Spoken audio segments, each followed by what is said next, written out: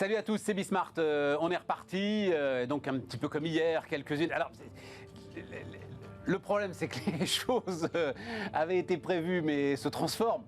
En même temps, les urgences restent. Donc, c'est pour ça, on peut continuer finalement sans même savoir. On va parler des retraites, là. On va reparler 2 jours de suite d'ailleurs, mais là, avec Emmanuel Grimaud. Bon, la question, la réforme se fait pas, voilà. Mais il reste des vraies questions autour des retraites. Enfin d'ailleurs, j'en sais rien. C'est bien la question que j'ai envie de poser à Emmanuel. Question sur l'énergie, ça aussi. D'ailleurs, quand on réfléchit un petit peu, on en parlera à la fin de la semaine, mais c'était une de mes marottes je crois que c'est 2011. La Belgique est restée 541 jours sans gouvernement. Et ça s'est très très bien passé pour les Belges, pour l'économie belge, voilà. Évidemment, hein, c'est une espèce de rêve libéral d'un gouvernement empêché, d'une législature qui ne peut voter aucune loi, et notamment toutes ces lois qui viennent complexifier la vie des entreprises. Bon, mais une fois qu'on a dit ça, on se gratte la tête, on se dit, c'est quoi les décisions urgentes à prendre, par exemple ? Il y en a sans doute du côté de l'énergie quand même, hein, nationalisation d'EDF, enfin voilà, on va parler de tout ça. Et puis, on terminera avec la transition digitale, accélérer la transition digitale. Voilà le sommaire de nos urgences du jour. C'est parti, c'est Bismart.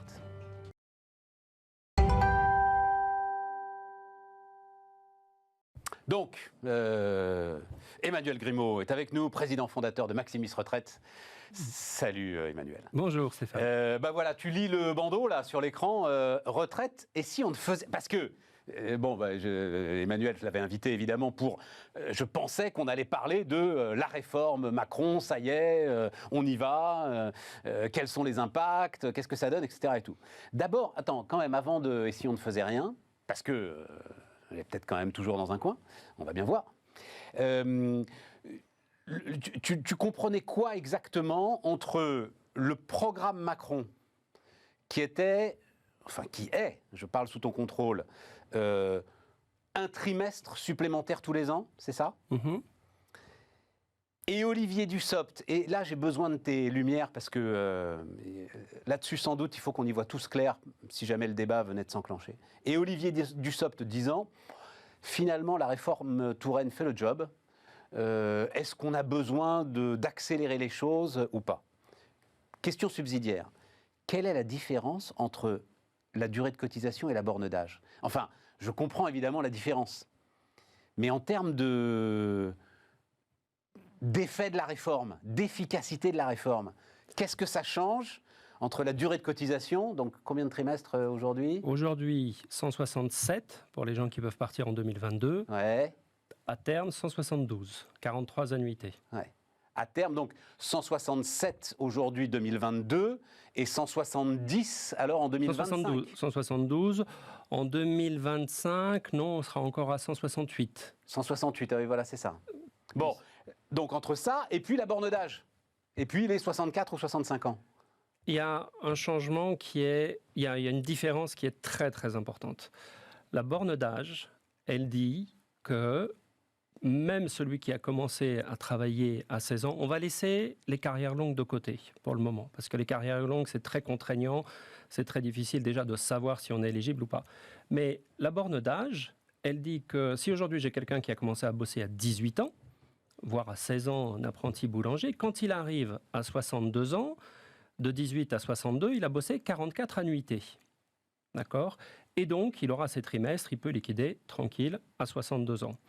Alors que le cadre qui a fait des études jusqu'à 23 ans, à 62 ans, il n'a pas ces 42 annuités, ou demain 43. Tout à fait. Donc lui, de toute façon, s'il a commencé à bosser à 23 ans plus 42 annuités, il partira à 65 ans. D'accord ? Si je décalais dans le mode annonce Macron, octobre-novembre, pendant la campagne, si je décale l'âge de départ gardons 64 ans, laissons le 65 de côté. Si je décale à 64 ans, mon boulanger qui a commencé à bosser à 18 ans, qui a déjà 44 annuités à 62 ans, je lui dis d'en bosser 46. Sachant qu'il a 6 ans d'espérance de vie de moins que le cadre. Et le cadre, puisque de toute façon, il allait bosser jusqu'à 65 parce qu'il a commencé à travailler plus tard, parce qu'il est mieux soigné, accessoirement il a une espérance de vie très supérieure. Ah oui, puis il passe pas sa vie devant un four ou derrière un marteau-piqueur. Absolument. Ça très très clairement. Lui, ça ne change rien. Donc cette notion de borne d'âge versus la durée de cotisation, le nombre d'années travaillées, elle est très très importante. Et personnellement, je pense qu'elle est injuste, puisque l'âge légal, on traite indifféremment le cas de sup de la personne qui a travaillé avec le marteau-piqueur, alors que le nombre d'annuités, le nombre de trimestres, in fine, ça reprend déjà en grande partie les critères de pénibilité et des gens qui ont commencé à travailler très tôt. Et qui a commencé à travailler tôt, en général, c'est les métiers de la première ligne. Bien sûr. Donc là-dessus... Bon, mais c'est d'une évidente injustice. Enfin, pardon c'est d'une évidente injustice. On est d'accord. J'ai toujours pensé que, effectivement, Emmanuel Macron était sur la ligne du nombre de trimestres plutôt que de la borne d'âge. On sait qu'Édouard Philippe a introduit son âge pivot. Oui, mais alors attends, Emmanuel, parce que les gars qui font ça, enfin, sont pas non plus Édouard Philippe, Emmanuel Macron, on va laisser de côté parce que si quelqu'un un jour comprend ce qu'il a dans la tête, mais Édouard Philippe, c'est pas non plus un gars qui ouvre des camps de travail, quoi. Tu vois ce que je veux dire? Donc il en est bien conscient de cette évidente injustice. Donc pourquoi est-ce qu'il propose ça? Ça veut dire qu'il y a quand même dans le financement derrière du système quelque chose aussi de radicalement différent? Oui et non, parce que je crois que dans les personnes qui sont pro-borne d'âge, effectivement, qui sont aux manettes, parce que quand on est dans l'opposition, c'est facile de dire moi je mettrai la retraite à 65 ans et je résous tous les problèmes. Je pense qu'il y avait les faucons et les colombes et qu'effectivement c'est plutôt ceux qui sont partisans de l'ultra-orthodoxie financière qui ont acté sur dire on va passer à 64 ans, ce qui était un peu la notion de l'âge pivot. C'était une incitation tellement forte à travailler jusqu'à 64 ans que ça aurait eu un effet. Édouard Philippe, en décembre 2019, dans les premiers mots de son discours, a dit « de toute façon, les 64 ans, on y va naturellement, on y arrive ». Par cette fameuse réforme Touraine. Pour deux raisons. D'abord parce que historiquement, chaque génération a commencé à travailler plus tard que les générations précédentes. Donc, il y a un âge, effectivement, là où on faisait des études jusqu'à 22 ans, on en a fait jusqu'à 23, puis jusqu'à 24, puis jusqu'à 25. C'est très documenté. La CNAV mesure à l'âge de 30 ans, génération après génération, et il constate que les jeunes de 30 ans ont de moins en moins de trimestres à 30 ans. Donc, mécaniquement, là encore, si j'ai besoin de 43 annuités, je vais décaler tout seul. Deuxièmement, aujourd'hui, dans les chiffres, les dernières statistiques qui sont sorties, il y a un mois de l'adresse. L'âge moyen de départ pour le secteur privé, la CNAV, qui est l'écrasante majorité des retraités en France, c'est 63 ans,3. D'accord ? Il nous reste, dans ces chiffres-là, on est encore sur des personnes qui étaient basées sur 166 trimestres. Donc, reste à venir toute l'augmentation de 6 trimestres de la réforme Touraine, passer de 166 à 172, autrement dit 18 mois. 63,3 ans plus 1 an et demi, ça nous fait 64,8 ans. Donc la réforme Touraine, à ce stade, fait déjà le job de décaler l'âge de départ. Et ensuite, effectivement, il y a des gens qui ont commencé à bosser très jeunes, qui ont leur trimestre beaucoup plus tôt. Il y en a qui ont fait des études très supérieures ou tout simplement un bac plus 5, voire éventuellement une année sabbatique, qui eux, ils vont travailler de toute façon, ils travailleront jusqu'à 65 ans. Je pense à un truc qui renforce l'injustice quand même. Donc l'autre grande bataille, c'est le taux d'emploi.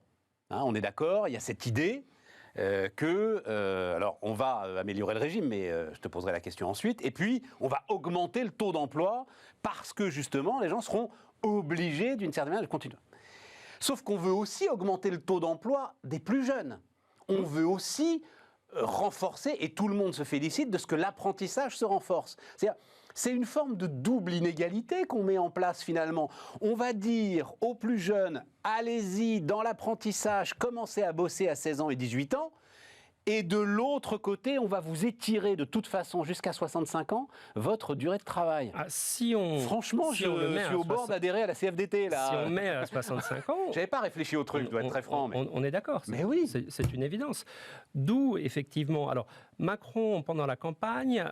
Il y avait quand même toujours un petit peu, mais il fallait vraiment écouter entre les lignes, mais il a dit à plusieurs reprises, il a dit mais on tiendra compte du nombre de trimestres, ce qui est contradictoire avec l'âge légal. Ben voilà. Donc qu'Olivier Dussopt, derrière, dise le job, il est probablement fait par la réforme Touraine. Alors lui, c'est assez mathématique. Accélérer la réforme Touraine. Voilà. Et en accélérant, parce qu'aujourd'hui la réforme Touraine, 72, nés en 72 qui doivent avoir 43 annuités, on va dire qu'on est sur un plein effet en 2034-2035. Tout le monde avait trouvé à l'époque, la réforme Touraine, elle augmente d'un trimestre toutes les 3 générations. D'accord ? Tout le monde s'attendait à ce que ça augmente d'un trimestre par an ou d'un trimestre tous les 2 ans. Donc effectivement, si on accélère la réforme Touraine, on aura le plein... Qu'est-ce que tu appelles un trimestre toutes les 3 générations? Né par exemple en 1964, 1965, 66, c'est 169 trimestres. Ah, une génération pour toi, c'est 3 ans? Non, c'est un an. Ah oui, voilà, c'est ça. Dans le sens retraite, on dit une génération pour une classe d'âge d'une année de naissance. Donc c'est un trimestre tous les 3 ans. Et donc, de dire, voilà, si on repassait à un an, lorsque Édouard Philippe a abandonné l'idée de l'âge pivot et qu'il a nommé la commission de financement, qui était composée d'une population variée qui finalement s'est jamais réunie à cause du Covid, il était quasiment entendu que parmi le panel de mesures qui seraient utilisées, il y avait l'accélération de la réforme Touraine et on disait les gens nés en 1965 seraient peut-être la première génération qui aurait besoin des 43 annuités. Donc 65, 43 annuités, si j'ai commencé à bosser à 22 ans, on va dire qu'en 2030, on a le plein effet. Et je garde cet équilibre entre les carrières pénibles, même si ce n'est pas parfait, et les cadres qui, eux, de toute façon, bossent plus tard. Donc, tu es d'accord, Jean-Hervé Lorenzi sera avec nous demain pour continuer à discuter de ça. Lui, il dit...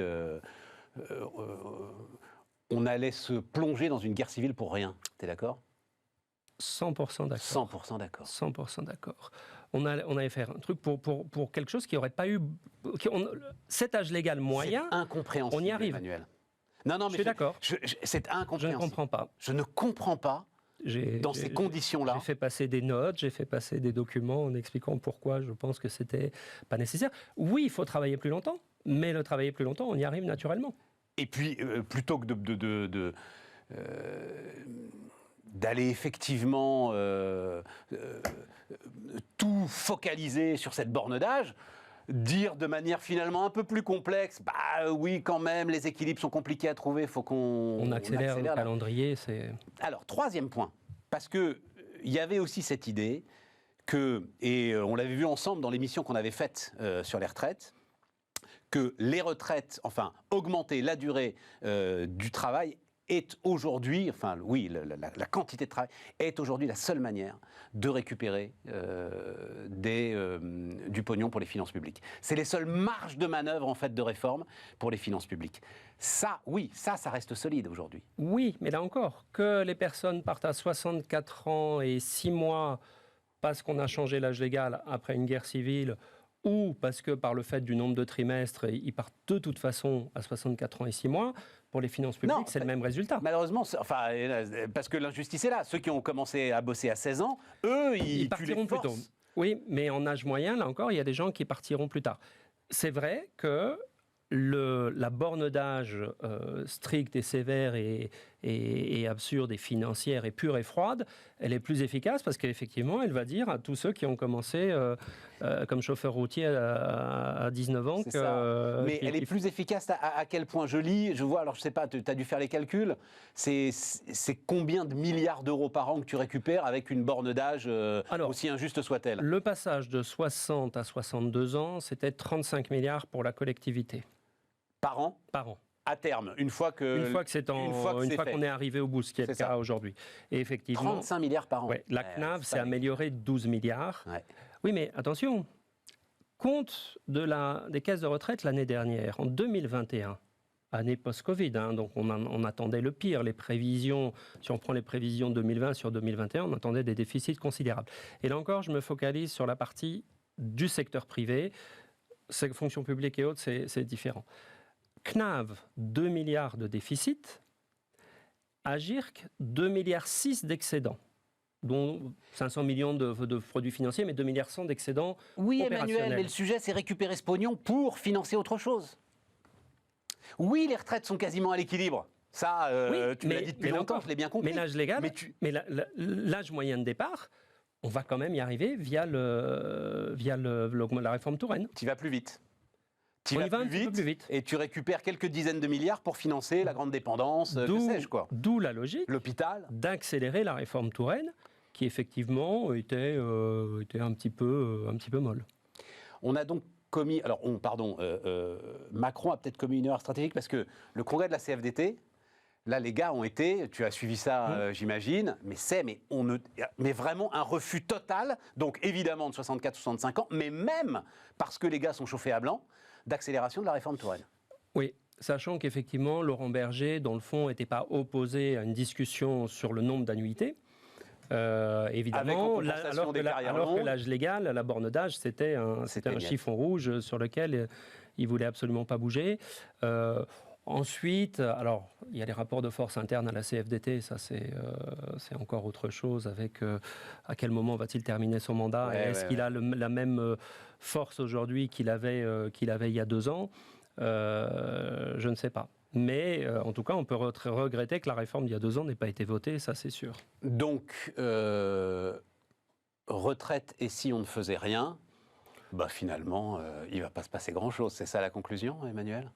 On va accélérer le calendrier de la réforme Touraine, ce serait une très bonne... Et il va lui falloir une majorité pour accélérer le calendrier de la réforme Touraine. Or, NUPES, enfin la gauche ne voudra pas, et la droite voudra la borne d'âge. La borne d'âge. Donc il n'aura pas sa majorité. Sauf s'il y a un Premier ministre de droite. Mais même s'il y a un Premier ministre de droite, ils voudront la borne d'âge. Oui. Et ils n'auront pas de majorité pour la borne d'âge. Avec ce que tu me décris là, il peut même, enfin, je sais pas, mais même son propre groupe parlementaire, on sait quand même qu'il est, il est fragmenté. C'est chaud à voter quand même. Mais sur la borne d'âge, effectivement, je pense que c'est pas la bonne solution. C'est pas la bonne solution. C'est pas nécessaire. Et ça nous met en guerre civile. Ça nous fait une guerre civile. Et 4, il n'y a pas de majorité pour la voter. Merci Emmanuel. Merci, on continue donc cette discussion demain avec Jean-Hervé Lorenzi. Et puis avec Jean-Hervé Lorenzi, président du Cercle des économistes, on parlera aussi d'un aspect concomitant finalement, c'est-à-dire dette, déficit public, Banque Centrale Européenne, remontée des taux. Enfin là, il y a un petit cocktail aussi un petit peu compliqué. On continue Bismart.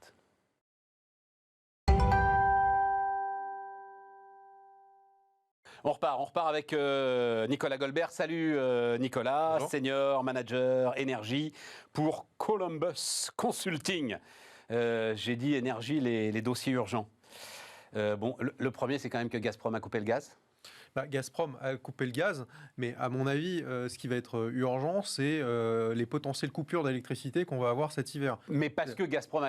Gazprom coupant le gaz, c'est du stockage en moins, et c'est donc moins d'électricité cet hiver quand même, non Nicolas ? Pas forcément. Alors vas-y, raconte-moi ça. Alors, pour moi, prenons les choses dans l'ordre. Si on avait gaz infini et que tout le monde avait son petit gaz, on aurait quand même un problème sur l'approvisionnement électrique en France aujourd'hui. D'accord, parce qu'il n'y a pas assez de centrales à gaz pour compenser la faiblesse du nucléaire. Parce qu'il n'y a pas assez de centrales à gaz, parce qu'il n'y a pas assez de centrales, parce qu'il n'y a pas assez d'interconnexions. Donc, de toute façon, on avait un problème sur l'approvisionnement électrique. D'accord. S'ajoute à ça le problème du gaz. Alors, comment est-ce que ça va jouer ? Il faut voir que le gaz, ça ne sert pas que à faire de l'électricité. C'est utilisé beaucoup dans la chimie, dans les engrais, dans la chaleur industrielle. Tout à fait. Et là, le plan de délestage que prévoient les transporteurs de gaz cible d'abord les industries et pas les centrales électriques et pas les particuliers. Donc, à mon avis, on pourra avoir des problèmes sur l'approvisionnement en gaz cet hiver, mais les premiers concernés, ce ne sera pas la production d'électricité ou les particuliers. D'accord. Ça peut aggraver la situation. Il faudra voir à ce moment-là à quel point on aura réussi à remplir nos stockages gaz et autres. Mais attention, je le dis, on aura eu un problème sur l'approvisionnement électrique, quand bien même on n'aurait pas eu ce problème sur le gaz. Donc, ce qui doit nous interroger sur notre politique énergétique et sur le moyen terme. Alors, ça doit nous interroger sur notre politique énergétique. C'est pas le fait de notre politique énergétique si on a découvert une corrosion sur le système de sécurité de la moitié des réacteurs français. Oui, mais ça, on l'a découvert mi-décembre. Et les rapports d'RTE disaient déjà en 2017-2016, attention, les hivers entre 2020 et 2025, on est sans marge. Donc ça veut dire, ça passe s'il n'y a pas d'autres problèmes, mais c'est juste. Donc on manque de marge sur le système électrique. Alors à ça, c'est ajouté. Donc il n'y a eu aucune précaution particulière prise à la lecture de ces rapports. C'est ça que tu es en train de dire, Nicolas. C'est ça, je suis en train de dire qu'on a fait le choix d'avoir sans marge pendant 5 ans. Manque de bol, on a eu le Covid, plus les corrosions pendant ces années-là. C'est ce qui fait qu'on est en marge négative et donc en risque sur la sécurité d'approvisionnement cet hiver. On a besoin de plus de marge. Ouais. Alors donc... C'était Barbara Pompili qui a commencé à travailler sur ce plan de délestage, en fait. C'est-à-dire la guerre en Ukraine a réveillé tout le monde. Et tout à coup, mais en gros, ce que tu dis entre les lignes, c'est que sans la guerre en Ukraine, on aurait quand même eu un vrai problème d'approvisionnement électrique. Déjà, hiver 2020-2021, Barbara Pompili est sur les plateaux pour dire il y a un petit risque de coupure ciblée pour cet hiver. Déjà en 2020-2021, elle disait ça. Ouais. Donc moi, ce que j'avais dit à l'époque, c'est le risque existe, il est quand même assez faible. Mais il existait déjà, et là on ne parlait pas du tout de crise gazière ou de Gazprom et autres. Donc on a déjà ce risque, quand bien même on n'aurait pas un problème sur le gaz. Et alors je me gourre peut-être, c'est RTE qui lance les alertes, c'est RTE qui nous a dit 2 fois cet hiver, et notamment je me souviens d'un lundi matin, qui nous a dit 2 fois, si vous pouvez faire gaffe à votre consommation, ça nous arrangerait. Oui. C'est ça. Et j'en ai discuté avec les gars d'EDF, donc c'est un chiffre que tu as aussi, la deuxième fois, c'est 900 mégawatts de puissance qui ont été, je ne sais pas comment dire, économisés, pas consommés, économisés par les Français. 900 mégawatts, c'est une petite tranche nucléaire, c'est l'une des 2 tranches de Fessenheim. C'est ça. Donc là, je trouve qu'il y a quelque chose de très intéressant, non, quand même, à creuser dans nos comportements. On est capable de cette mobilisation. En fait, on est capable, il faut avoir l'information et il faut l'avoir au bon moment. Parce que quand on vous dit réduisez votre consommation dans la journée, ça sert un peu à rien. Par contre, si on dit réduisez votre consommation entre 8h et 10h, c'est ça. Et là, RTE, dans sa dernière alerte EcoWatt, a dit attention, le problème, il n'est pas à 19h quand tout le monde allume le chauffage et son électroménager, il va être sur la rampe du matin entre 8 et 10h. Je m'en souviens très bien. Là, c'est un énorme effet. Ouais. Là, c'est un énorme effet parce qu'on peut vraiment décaler certains usages et gagner énormément de puissance. Sachant que cette alerte EcoWatt, elle n'a pas été extrêmement relayée. C'était une alerte orange, donc pas encore une alerte rouge. D'accord. Donc là, on voit bien qu'il y a un gisement d'effacement volontaire qu'on peut avoir, qu'on peut maîtriser. Est-ce que ça suffira ? C'est pas sûr. T'en doutes ? Mais en tout cas, ça va dépendre du froid. Ça va clairement dépendre du froid, mais 900 mégawatts, effectivement, c'est une tranche de Fessenheim. C'est pas rien. Et c'est pas rien. Et je me disais en plus, parce que forcément, il faut qu'on réfléchisse aussi à la façon dont on va être appelé à se comporter de plus en plus au fur et à mesure où le climat va se dégrader. Et je trouvais qu'il y avait quelque chose d'intéressant là, dans une forme de mobilisation citoyenne. Je vois ce que je peux faire et j'en vois l'effet direct. Et je suis d'accord avec toi, peut-être qu'il aurait fallu davantage communiquer sur ce qu'on avait réussi à faire collectivement. C'est ça. Et puis ça, c'est un des principaux leviers qu'on dit qu'il faut généraliser pour cet hiver. C'est appli EcoWatt pour tout le monde et les notifications en push pour dire sur quelle plage de 2 heures est-ce qu'il va falloir faire des efforts. Parce qu'en fait, pour éviter des coupures ciblées, il n'y a pas énormément d'efforts à faire. Très souvent, c'est circonscrit dans le temps. On dit c'est entre telle heure et telle heure. Et puis après, vous pouvez déporter vos usages la nuit ou en milieu de journée, lave-vaisselle et autres et tout. Et ça, c'est simple. Et en fait, on arrive à économiser. Est-ce que ça suffira par contre ? Ça va dépendre de la météo cet hiver. Parce que si on a des températures très en dessous de la normale, ça peut très mal se passer. Et là, les éco-gestes ne seront pas suffisants. Par contre, si on a un hiver tempéré, là, on peut quand même gagner un petit peu. Et donc, c'est quoi l'idée plan de délestage, c'est les électro-intensifs à qui on demande de s'arrêter en premier ? Alors, en fait, il y a plusieurs choses dans la temporalité du marché qu'il faut comprendre. Au début, tu as le marché. Avant 2 heures avant le temps réel, c'est le marché.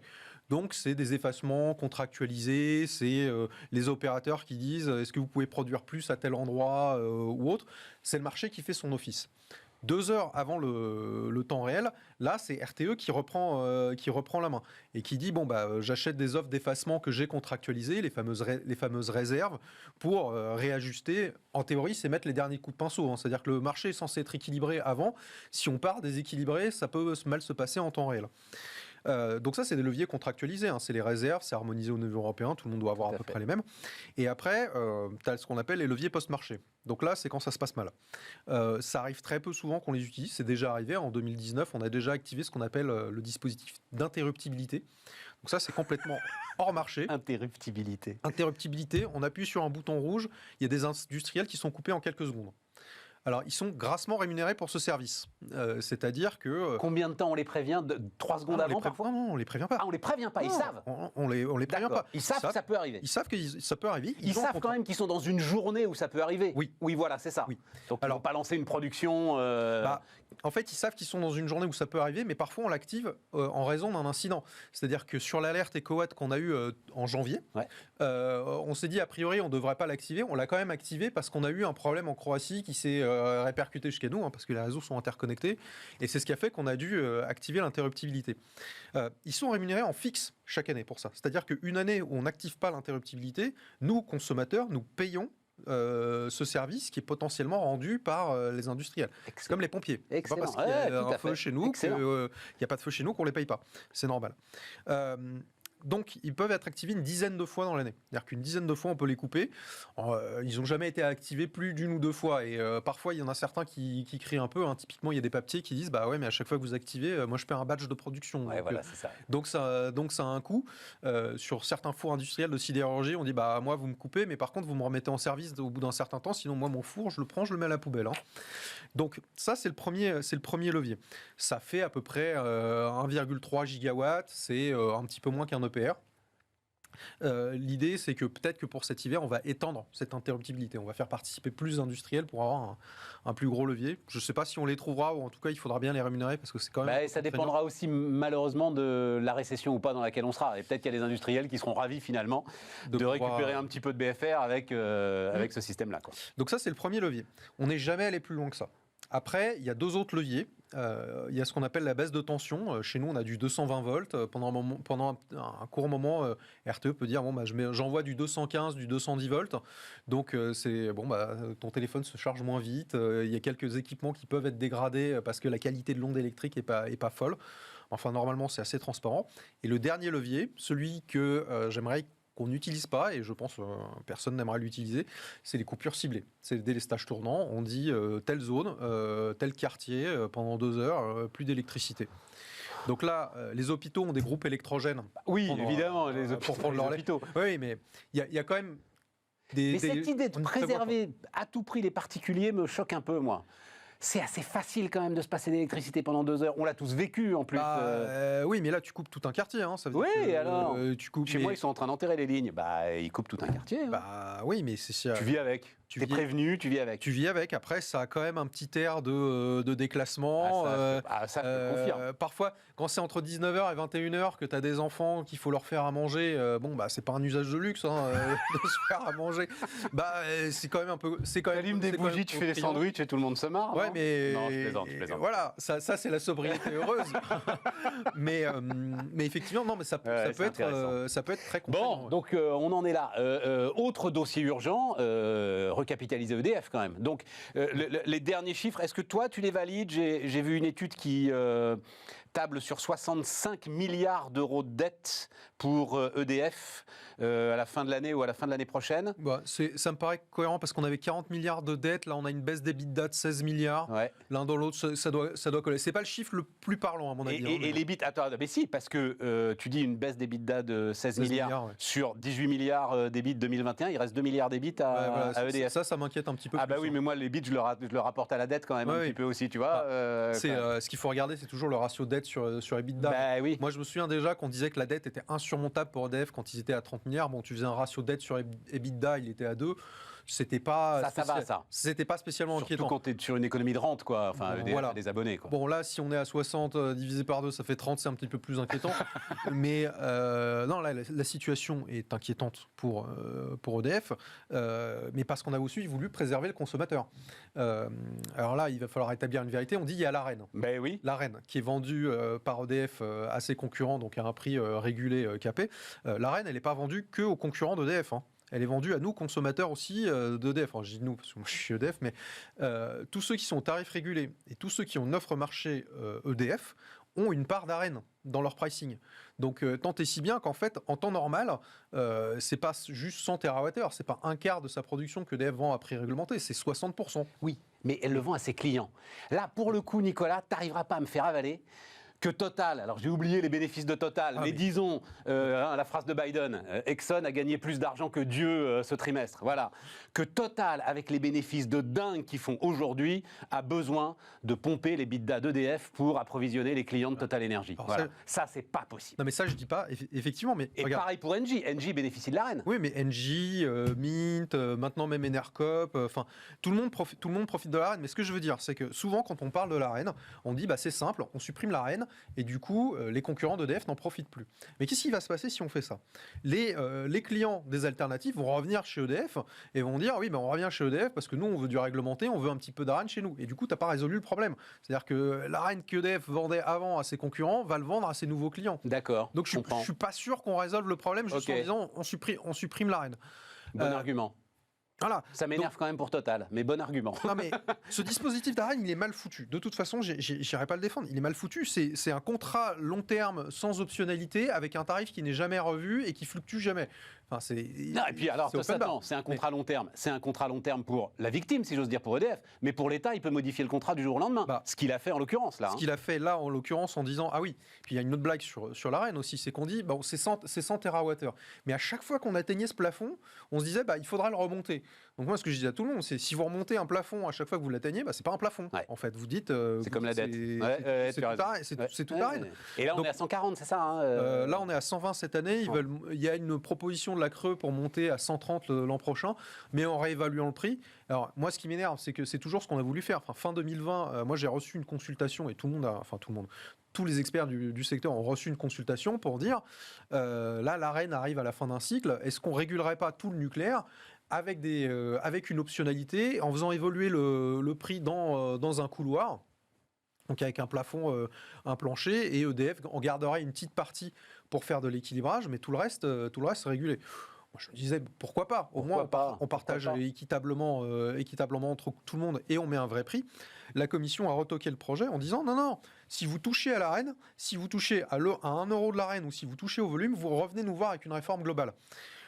Oui, mais on comprend pourquoi. Attends, il faut expliquer ça, oui. Nicolas. Il y a une distorsion de concurrence à ce moment-là entre une France qui est capable de fournir une électricité subventionnée. Il faut bien dire qu'elle est subventionnée, parce qu'on va parler de la nationalisation d'EDF. C'est pas un prix de marché, les 46 euros le mégawattheure. C'est pas un prix de marché. Par contre, si on dit que ça, c'est un actif régulé et qu'on vend cette partie-là à tout le monde à, je sais pas, 50 euros du mégawattheure qu'on fait évoluer dans un couloir, si tout le monde y a accès indifféremment... Mais qu'est-ce que tu appelles tout le monde ? Tu subventionnes les entreprises françaises à travers ça, à travers l'énergie. Et les consommateurs français. Et le consommateur français. Et donc tu fais de la distorsion de concurrence au sein du marché européen par rapport à l'industriel allemand qui, lui, n'aura pas accès à cette électricité régulée. Les industriels allemands font autre chose aussi. Ils ont massivement investi dans des renouvelables. Ça a complètement fait chuter les prix de marché chez eux. Les particuliers payent énormément de taxes pour financer ces moyens de production et du coup, les industriels allemands profitent d'un prix de marché qui est bas alors qu'ils ont à peine financé les capacités de production. Il est bas, il est en dessous des 46 euros le mégawattheure Voilà, il n'est pas en dessous des 46 euros le mégawattheure. Voilà, parce qu'il n'y a rien en dessous de ça, mais il a été durablement en dessous de l'AREN pendant un moment. Nationaliser EDF, c'est la seule solution. Enfin, c'est la suite logique de ce que tu dis là. Pour moi, ce que je dis là, c'est que on n'a pas décidé encore si ce parc nucléaire c'était un actif en concurrence ou un service public. Bon, si on se met à tout réguler sur le nucléaire, c'est un service public. Ouais. Donc c'est normal que ça appartienne à l'État. Ouais. Mais après, une fois qu'on a fait ça, qu'est-ce qu'on fait ?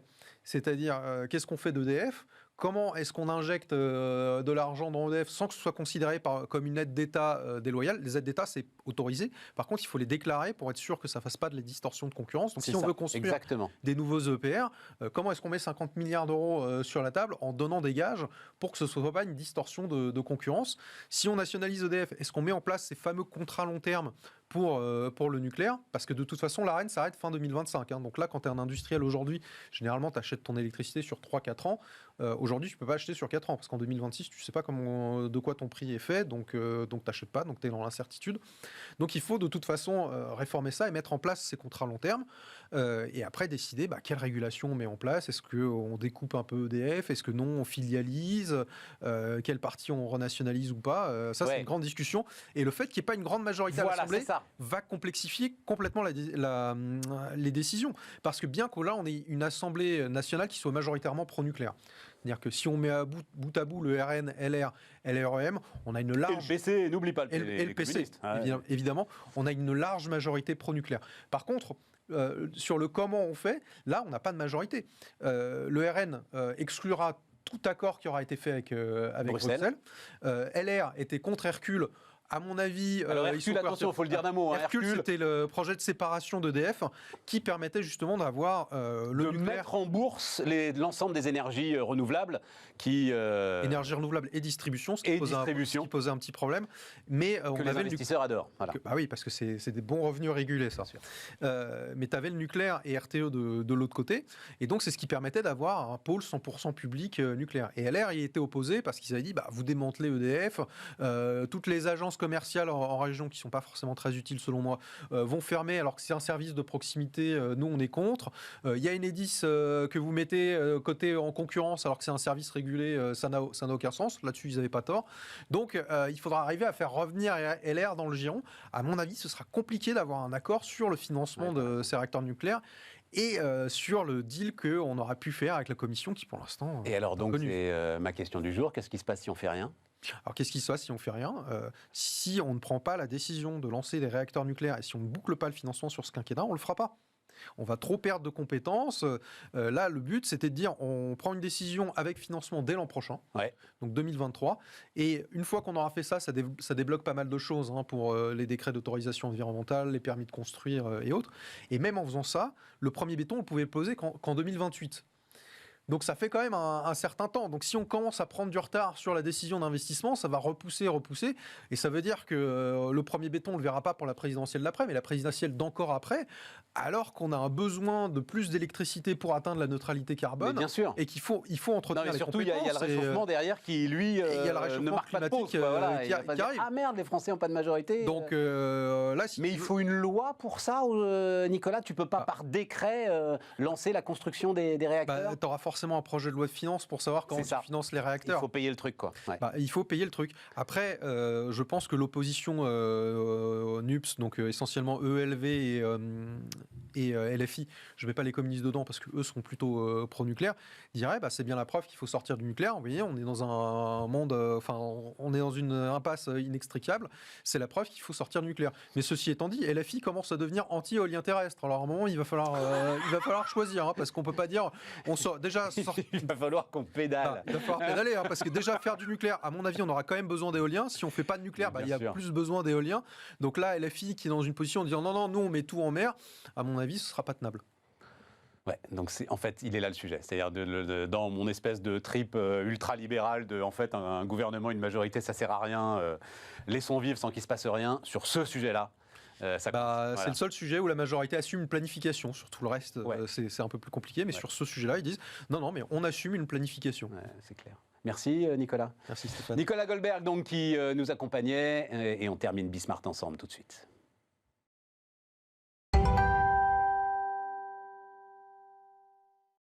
Et donc, on termine avec Guy Mamoumani. Salut Guy. Bonjour. Co-fondateur, co-président du groupe Open. Donc, j'ai écrit Accélérer la révolution digitale, ce qui ne mange pas de pain, tu vois, voilà, ça permet de... Donc, on est sur cette idée des urgences. Est-ce que là... Parce que, donc, on vient de voir du côté des retraites, si on fait rien, finalement, c'est pas si grave que ça. Du côté de l'énergie, si on fait rien, là, on a un problème. Puisque c'est un peu ça l'idée d'une paralysie gouvernementale législative. De ton côté à toi, est-ce qu'il y a des urgences à traiter, Guy ? J'en ai parlé depuis 15 ans, comme tu le sais. Mais si on parle depuis 15 ans, c'est-à-dire que c'est pas si urgent que ça. Non, ça peut encore attendre de 3 ans, tu vois. Non, ça montre justement qu'il n'y a pas une véritable prise de conscience de l'urgence et de la nécessité de la transformation numérique. Oui, bien sûr, on pourrait dire qu'on attend encore 2 ou 3 ans. Mais oui. En attendant, eh bien, les PME ne se modernisent pas, elles ne se transforment pas. En attendant, des entreprises comme les nôtres, nous courons après des talents, des ressources, parce qu'on n'a pas anticipé le besoin colossal que... Alors attends, on va aller sur les compétences, mais moi je veux t'arrêter sur les PME. Parce que là, pour le coup... c'est pas la responsabilité des politiques. Donc tu réagis effectivement à cette étude qui moi aussi m'a beaucoup étonné, MEDEF BCG, c'est ça, voilà. Donc les PME françaises restent à la traîne en termes de transfo digital. 51% des entreprises sondées, accrochez-vous les gars, n'ont démarré aucun projet de valorisation de leurs données et n'y réfléchissent pas. D'ailleurs, entre parenthèses, chapeau au BCG et au MEDEF d'avoir posé la question comme ça. Je trouve ça très intéressant. N'y réfléchissent pas. Le taux grimpe à 57% dans l'industrie, l'agriculture, la construction, les transports et le tourisme. Ça, c'est leur responsabilité, Guy. C'est pas la responsabilité. Le pognon, il est là, il est disponible. Alors, certes, bon, avant le BCG, il y a quelques années, en 2017, en tant que vice-président du Conseil national du numérique, j'avais porté une étude qui disait à peu près la même chose déjà, qui a débouché sur quelque chose que je souligne à chaque fois, qui est France Num, et qui est une agence qui joue un rôle essentiel. Alors certes, c'est le rôle des dirigeants de se prendre en charge, mais nous avons besoin de faire de l'acculturation. Et ça, c'est le rôle de l'État. C'est-à-dire qu'on n'a pas encore convaincu beaucoup de chefs d'entreprise, mais souvent beaucoup de citoyens, de l'impérativité de la transformation numérique. Quand je fais des cours chez Kedge, par exemple, j'utilise cette image. On a un véritable tsunami qui arrive. Vous avez deux façons de le traiter. Vous cherchez à mettre des sacs de sable, des murs pour l'empêcher, ou vous apprenez à surfer. Et à ce moment-là, c'est une magnifique opportunité. D'accord. Et c'est ça la révolution numérique. Si on ne dit pas aux patrons de PME que c'est impératif... Moi, tu prêches un converti, là, bien sûr, évidemment. mais même si moi, je dis assez souvent, je suis un dinosaure, la météorite est tombée, j'essaye de survivre. Mais le gars, là, à la tête d'une PME qui l'a pas encore compris, mais c'est pas des messages gouvernementaux qui vont le faire comprendre, tu comprends. France Num, on en a parlé ensemble. Il se trouve que j'ai animé une session qu'il faisait il y a 2-3 ans. J'ai trouvé ça extraordinaire. Donc, on le précise, hein, ils labellisent, en fait, c'est ça leur grande force, des formations. Pour donner confiance, en fait, parce qu'on comprend tout à fait qu'un chef d'entreprise, par exemple, il a une PME, il veut monter un site web.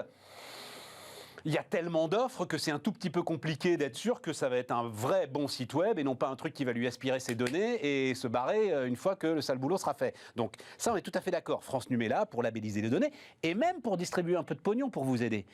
Si ça n'avance pas, très franchement, moi je vais être un peu brutal, mais c'est le fait d'un patronat qui n'est pas à la hauteur. Voilà, aussi simple que ça. C'est aussi une des raisons, bien sûr. Mais simplement... je pense vraiment qu'il y a un enjeu d'acculturation, d'éducation, il y a un enjeu d'explication et qui n'est pas assez fait. Et je crois qu'on pourrait multiplier par 10 toutes les conférences qu'on réalise tous ou les articles parce qu'il faut que les patrons de PME comprennent ça. Regarde, j'ai un bon exemple, c'est les grands groupes, le CAC 40. Il y a 10 ans, c'était la même situation. Ouais. Eh bien, on faisait avec Gilles Babinet, là, le ICAC 40, là, avec les échos, eh bien, on a vu au cours des années l'évolution. C'est-à-dire que quand on explique, quand ils comprennent, ils se prennent en charge. Alors, c'est vrai... Eh bien, tu l'as fait. Oui, mais pour un grand compte, c'est plus facile. Ouais. C'est pas facile, parce que, vous savez, le patron de PME, lui, il doit gérer son quotidien, ses stocks, sa facturation, ses clients, sa trésorerie. Alors, il se dit, bon, la transformation numérique, on verra plus tard. Ben non. Non, parce que c'est une question de vie ou de mort. Et puis surtout, il faudrait... Mais là, encore une fois, s'il n'a pas compris que la transformation numérique va justement lui permettre de mieux gérer plus vite et plus efficacement tout ce que tu as décrit là... Exactement. Il le ferait, il plongerait dedans. Mais bien sûr, mais c'est un travail qu'il faut faire. Et d'ailleurs, j'en profite pour élargir le débat, c'est que je pense qu'il nécessite une acculturation de tous les citoyens. Parce qu'après, ces jeunes, ces élèves, ces étudiants vont devenir des patrons de PME ou des salariés d'ailleurs. Hein. Ça ne change rien, hein, parce que, de toute façon, une phrase majeure, c'est de dire que tous les secteurs, toutes les entreprises, tous les métiers sont concernés. Voilà, donc ici, si on le comprenait. Bien sûr. Et si, moi j'ai un exemple qui marche bien dans notre pays, c'est quand même la prise de conscience de la question environnementale. Ça, on a compris, je crois. Hein, oui.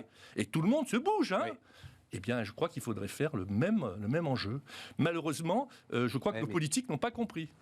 La différence, c'est que tu vois la menace. C'est-à-dire, quand il fait 42 degrés chez toi, tu te dis, OK, c'est bon, là, il faut faire quelque chose. Ouais, c'est ça. Le numérique, tu vois pas le truc. Tu vois pas. En fait, tu ne vois pas ce que ce serait si tu le faisais, quoi. Il faudrait faire un don't look up numérique. Il faudrait faire un don't look up numérique. Non, mais je pense à un truc. Alors, je sais pas comment tu vas le vendre, mais Google le fait. C'est-à-dire que je tombe, moi, très régulièrement sur du pub Google, formidablement fait pour, justement, le commerce, l'artisanat, etc., où les gars te jouent des petites scénettes, où tu te dis, oui, c'est bien, quoi. Il n'y a pas que ça. Bon, c'est très très bien, hein. Et d'ailleurs, je crois qu'il faut le faire. France Num aussi fait des films, etc. Tout ça, c'est très bien, hein. Mais je crois que dans notre quotidien, on voit des choses apparaître absolument incroyables. Je vais prendre, alors je ne vais pas faire de pub, mais la dernière offre de la Fiat 500. Vous n'achetez pas, vous ne louez pas, vous allez avoir l'usage, un abonnement.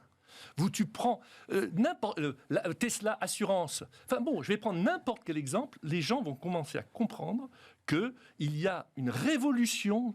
On passe de l'achat d'un produit, l'achat d'un produit à l'achat d'un usage. Alors, j'espère, le plombier, le carreleur, même le restaurateur qui t'écoute ou l'hôtelier qui t'écoute, puisque c'est eux qui sont en retard, il va te dire, Guy, moi, je vais pas louer la baignoire. T'es sûr? Tu comprends? Mais oui, je suis sûr. Excuse-moi. Ah, mais je modifie mon modèle d'affaires à un tel point que c'est pas possible. Mais peut-être que c'est ça. Peut-être que c'est ça qu'il faut réinventer. On loue bien des. C'est pas louer, hein. On vend à l'usage même des matelas.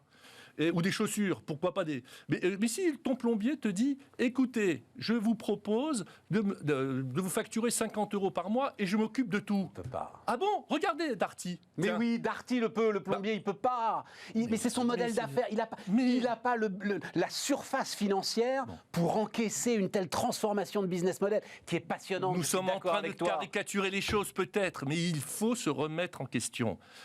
Quand on avait fait cette étude, France Num, là, qui s'appelait Croissance connectée, on avait interviewé par exemple un fabricant de chocolat de la Creuse, du côté de Massif Central. C'est très bien, la Creuse. Bah oui, c'est très bien. Non, mais c'était Massif Central. Je voyais pas des chocolats dans le Massif Central. Bah oui, il était là-bas. Bon, donc, super. Il vendait dans son coin de quartier.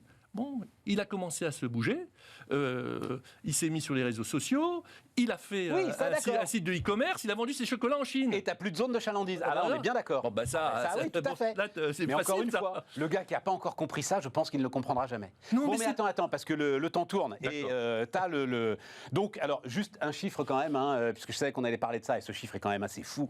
Seuls 10% des PME ont bénéficié des aides numériques du plan de relance. C'est pas qu'il n'y avait pas assez d'aides, hein. Non, c'est qu'il n'y avait pas assez de demandes. Bien sûr, oui, mais Voilà. c'était ridicule. Voilà. Ces aides, ces 500 €, mais c'est pas le problème. La prise de conscience est beaucoup plus importante qu'une petite aide de 500 €. Ah, c'est parce que c'était pas assez important le truc. Non, c'est même pas. Je pense pas que ce soit un enjeu financier. Vraiment. Ils l'ont pas demandé parce qu'ils sont pas prêts. Dans l'enquête du BCG, l'enjeu financier venait en avance. Je crois pas. Tu as peut-être raison que c'est la raison qu'on donne pour éviter de dire qu'on n'y a pas réfléchi. Mais la preuve, c'est qu'ils n'ont pas demandé. Ça veut dire que... Donc compétences. Alors là, c'est un papier que tu as écrit dans les Échos. Il faudrait former tous les ans entre 40 et 50 000 informaticiens. Bien sûr, bien sûr. Bah, écoute, c'est très simple. Toute formation confondue, on est à 25 000. J'y inclus la grande école du numérique, les BTS, les écoles d'ingénieurs, d'informatique, etc. Le besoin est de 50 000 par an, au moins, hein, que je tape fourchette basse. Tu en as 25 000 par an en moins, ce qui fait que depuis 10 ans, tu vois accumuler... Alors, les pouvoirs publics parlent de 80 000. Moi, je dirais que c'est plutôt 150 ou 200 000. Mais comment ça, les pouvoirs publics parlent de 80 000 quoi? 80 000 qui manquent, tu veux dire? Oui, voilà, c'est ça, d'accord. Oui, moi, je dirais que c'est plutôt le double, hein. Et de toute façon, il suffit de parler à n'importe qui. Alors, dans ma profession, on n'en parle même pas, hein, chez Open, on recrute 1200 personnes par an. On aurait tout de suite du boulot pour 2000 ou 3000 personnes de plus, hein. Et donc, on n'est pas les seuls, hein. Donc, toute la profession s'arrache les talents. Quel type de profil? Parce que quand on dit les talents, quel type de profil? Bien sûr. Pour des boîtes comme les nôtres, ça va être des ingénieurs, des bac plus 5 ou des bac plus 3, des BTS, etc. Hein, bon, ok. Mais pour les PME, par exemple, qui ont besoin de faire un site web, on prend quelqu'un de la grande école du numérique, ça fonctionne très bien. Mais bien sûr. Pour des banques, ça va être des data scientists. On a entendu Carrefour dire « je veux recruter 3000 data scientists ». Oui, bon courage. Ça aussi, les data scientists, ça se trouve pas sous le pied d'un cheval. Non, oui, voilà. Mais rien ne se trouve sous le pied d'un cheval. Rien. C'est absolument... oui, parce que... Que de la terre et du gazon quand c'est pas celui d'Attila. Comme finalement... toutes les entreprises sont concernées. Il n'y a pas que les informaticiens, hein. Toutes les entreprises sont concernées. Donc, prenez une banque, une assurance, une PME, tout le monde recherche la même chose. Là, il y a quelque chose que je trouve incompréhensible. Je comprends, et j'ai compris, même si c'est en train d'évoluer, toute l'histoire autour de l'apprentissage. Encore une fois, d'ailleurs, tiens, je rends hommage à Henri Lachmann, qui très très tôt, il y a 15 ans, avait pris à bras-le-corps ce sujet et me disait, il faut aller dans les familles. Moi, ce que je voudrais, c'est aller dîner avec les gens. Voilà. Et je comprends que les familles, il y ait des mauvaises images autour de l'apprentissage. Mais le numérique, le digital, c'est le monde de l'avenir, tout le monde est conscient de ça, et pourtant, même dans les formations, comme tu dis, grande école du numérique, Simplon, etc. et tout, formations qui s'adressent à des gens sans qualification, ils n'arrivent pas à remplir leur formation. Je ne comprends pas, Guy. Pourquoi est-ce qu'il y a 10% de femmes ? 10%. On aurait déjà 50%. Déjà, on comblerait un peu le déficit. Donc, il y a le même problème que ce qu'a dit Lachmann sur l'image des métiers. C'est un problème qui est apparu d'ailleurs dans les années 90, disons, avec l'avènement de la micro-informatique. Il y a 50 ans, moi, quand j'ai fait mes études, il y avait autant de femmes que d'hommes. Après, ça s'est complètement transformé. Donc, il y a un problème. Il faudrait, moi aussi, j'aimerais dîner dans les dîners de famille, expliquer que c'est pas un métier, qu'il n'y a pas de genre dans ce métier. Mais c'est ça. Mais bien sûr. Ah, tu crois que la clé, c'est le genre, l'une des clés les plus importantes ? Une des clés. Une des clés. Une des clés. Ça, il y a ce premier point. Ouais, le deuxième point, il y a le problème de l'image. Et là, ça, c'est notre job. Hein, c'est dans nos métiers, dans nos entreprises, rendre ces métiers plus attractifs. Mais ils sont super attractifs, Non, ces pas métiers. encore, Enfin, tu vois des devs chez eux, là, sur leur canapé, à boire du Coca-Cola en codant tranquille. Bon. On a tous envie de faire ça. Non, c'est pas forcément un bon modèle. Hein.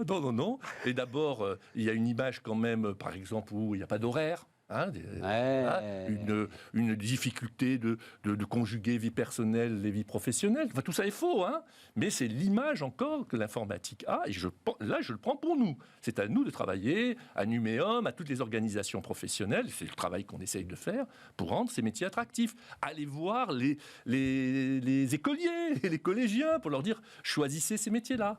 Et il y a le problème de la mixité, qui est un problème à part entière et qu'il faut traiter en effet. Et je crois qu'il y a une image quand même encore de complexité. C'est-à-dire, on a beau dire, et encore une fois, on peut rendre hommage à Simplon par exemple, qui vraiment martèle, mais sans qualification, en 6 mois, je vous trouve du boulot. Et le gars dit non, c'est pas possible, moi, j'y arriverai pas, c'est trop dur. En fait, non, en fait, tu te rends pas compte, mais non, j'y arriverai pas, etc. Alors, c'est ça. Hein. Bon, la grande école du numérique, et en particulier Simplon, Webforce 3, font un travail exceptionnel. Mais par exemple, moi, il y a un programme que j'avais initié d'ailleurs quand j'étais président du Syntec numérique et que chez Open on utilise, qui s'appelle le POEI, hein, ou PEEC. Donc, c'est préparation opérationnelle à l'emploi individuel ou collectif. Donc, on s'adresse au Pôle emploi, on prend 20, 30 personnes qui ne sont pas de l'informatique, qui sont chercheurs d'emploi. Notre OPCA, nos OPCO maintenant, finance la formation, et nous nous engageons à les recruter. Chaque mois, chez Open, il y a 30 chercheurs d'emploi qui nous rejoignent. Avec un taux de succès 80-90. Ouais. Oui, bien sûr, on peut en prendre plus, mais il faut la structure, l'organisation. Et il n'y a pas que Open, hein, des tas de sociétés le font. Donc voilà tout. Et je crois qu'il faut ouvrir tout ça. Il faut, par exemple, aussi, quelque chose auquel je suis très attaché. On est au bout, Guy, donc en 20 Pour finir, la diversité. Open vient d'être connu comme un champion de la diversité. Là, il y a des gens qu'on peut aller chercher pour leur dire « c'est accessible pour vous ». Guy Mamoumani, donc, qui était avec nous pour terminer cette émission de Bismart. Et on se retrouve demain avec d'autres urgences, d'autres priorités. On reparlera avec Jean-Hervé Lorenzi. Et puis la grande question de la compétitivité, de l'attractivité. On verra ça demain. À demain sur Bismart.